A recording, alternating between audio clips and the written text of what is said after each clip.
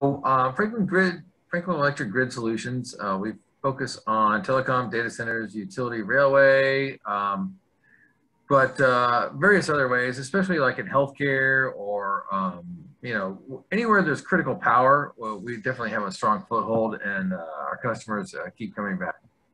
So we are a subsidiary of Franklin Electric, which is a 77 now year old company.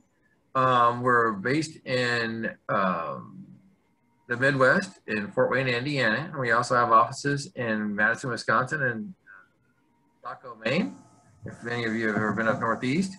But so there's our water division, our fueling division, and you might think about this the next time you fill up your car with gasoline.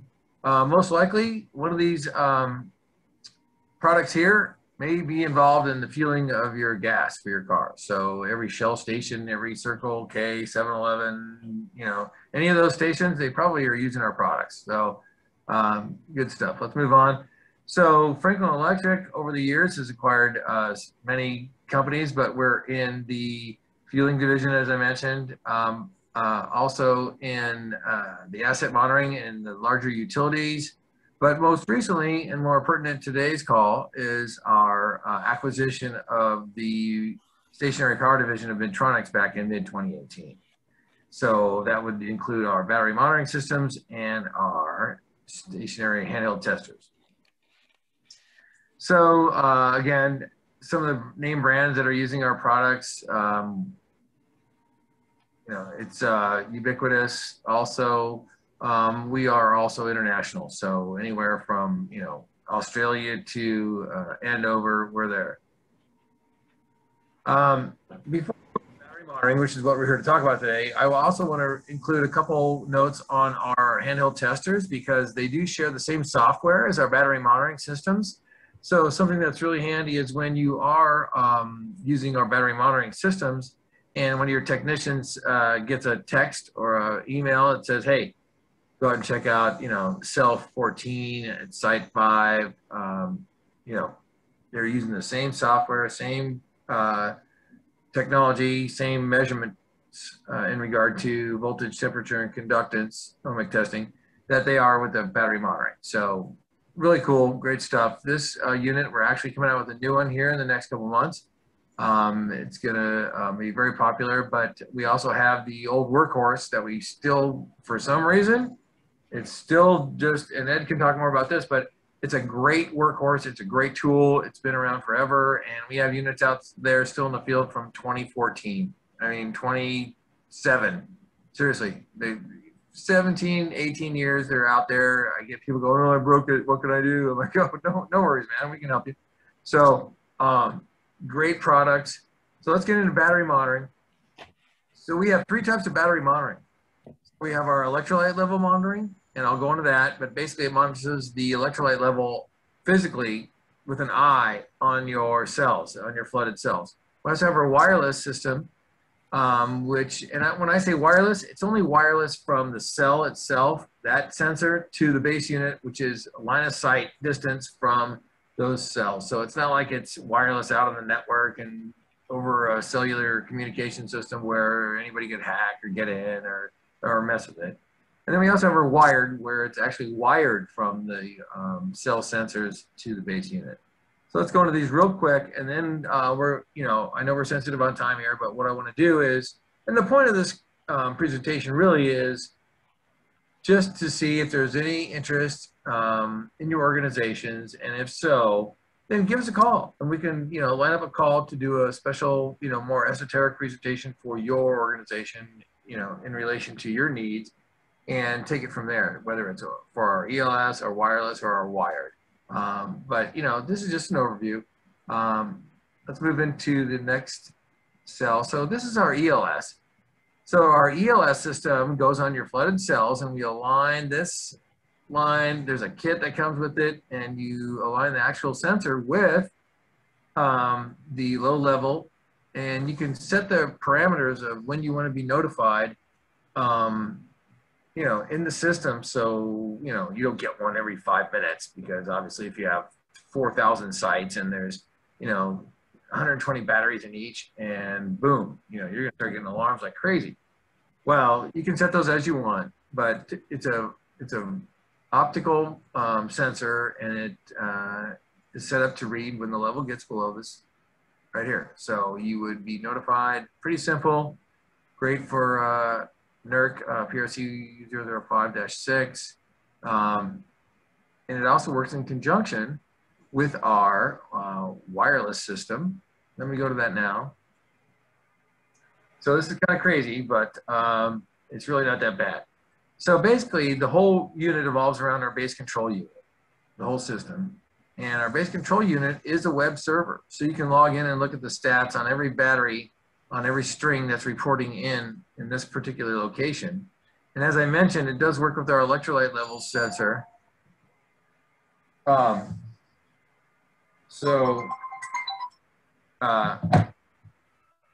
This is a dry contact notification that comes through, and it'll send you an email or a note. But here's the actual ELS sensor and the hub. They go through the dry contacts and report in. But more importantly, here are the cell sensors.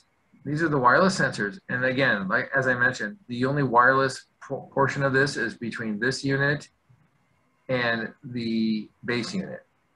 So one of these goes on each battery, each cell, and it reports in on the status of that particular cell in regard to voltage, temperature, and conductance. And then we also, as part of this system, we also have the VTC, which is a voltage, temperature, and current component, which gives you voltage, temperature, current for the entire string. Now, this unit as well can be powered off the string, which is ideal because when power does go out, you want to be able to see what's going on in the event of a discharge, right? If everything else is out, it makes no sense to have a system that's dependent on AC power if AC power is out. So we have clients right now, for example, in Scottsdale, Arizona, who are part of the Emergency 911 radio system consortium, and they use our system to report in, and they power everything off the string, and they have data going back 14 years on all their batteries. And it's amazing. It's an amazing tool. Great vision, great graphics and visualizations. It's just a cool tool. So we also have our CellTrack software, and Ed's going to get into that, but it sits on your server. So this would feedback via TCP/IP over your network, over your Ethernet, back to a server within your firewall, totally secure. Again, this is only monitoring, so there's no control going out to any individual cell or sensor or anything. All this stuff does is report back in, right? So let's go on to the next. We also have our wired system. Very similar to the wireless. The difference is that this one measures resistance as opposed to conductance. Okay. It's a little less in actual cost per site, per string, per sensor. But again, it does require the actual wiring from each cell to the base unit. And the reason why people like this unit right here, the wireless, is that if you have your network access and your power access over against the wall in a room, and you're stringing out in the middle, or you're stringing over at wherever it may be, you don't need to run the wiring from each cell all the way back to this unit. You know, it's just handy. So it's just, you know, however you want to skin the cat. A couple different options. This one, again, measures resistance versus conductance. So here's a little topology on the wired system. So your first feed comes out, and it goes through the string sensor that identifies which string we're talking about, because you can have up to 6 on this particular string, on this base unit. You can have 10 on the wireless, by the way. But on this, it basically comes out, has a string sensor, and it identifies voltage and temperature and what the string identification is, if it's string 1 or string 2 or whatever the nomenclature you use. And then you have your battery topology here, where it comes in, daisy chains on, So all the way out to however many cells you have. And then at the last sensor, it comes back and reports back into the unit. Pretty simple. So again, our CellTrack software is really the secret sauce, guys. So any time you want to look at any cell on any string in any location, or you get any alarm or any alert, if you have a Windows-based phone and you have access, whether it's Mac or Android or a tablet or your PC, if you can log in securely into your server, then you can get a load of the stats and see what's cooking. So it's pretty simple, anytime, anywhere. This is an overview of the software. I'm going to let Ed jump in here. The software, again, like I said, is a secret sauce. But as you can see over here, when you have all these different sites, let's say you have 500 different sites, and there are different color indications of green, yellow, red. It can really give you a quick bird's eye view of what's cooking, what's hot, what's not. So Ed, are you there? Can you take over and kind of give them a test drive of CellTrack software? Yeah, I'll just have to become the presenter. Let me see if I can share. Let me see if I stop share.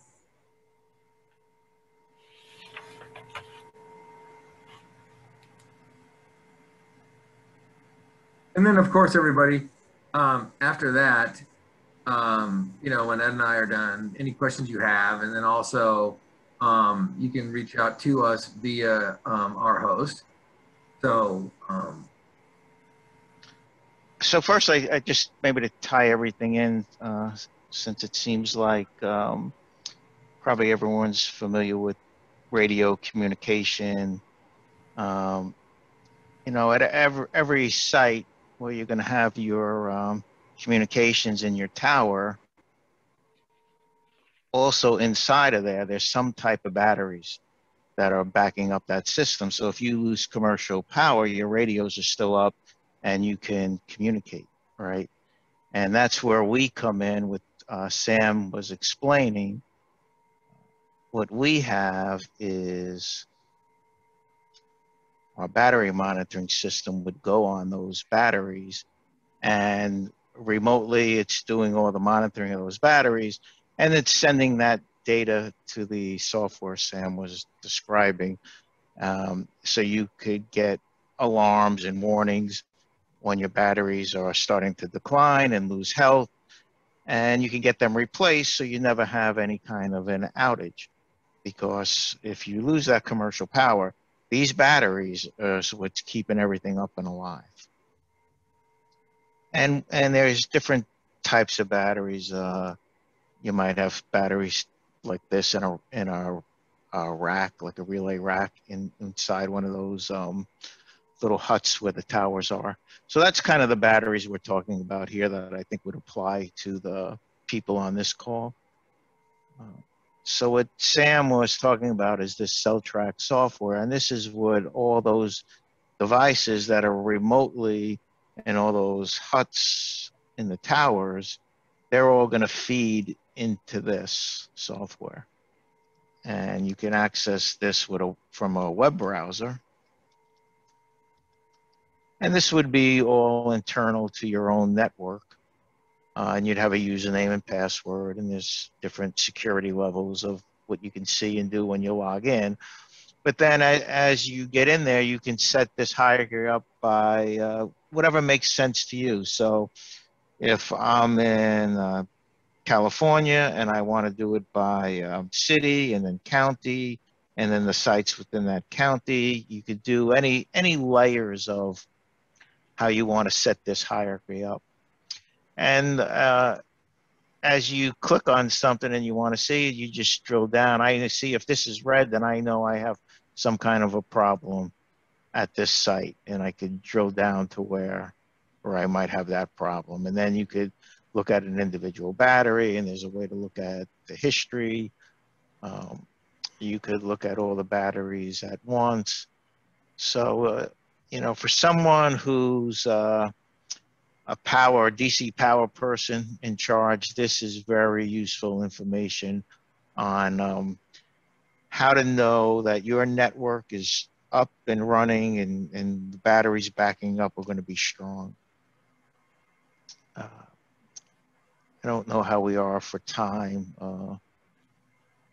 I don't know that we want to get too deep into this now. Any questions on the products or what Sam went over?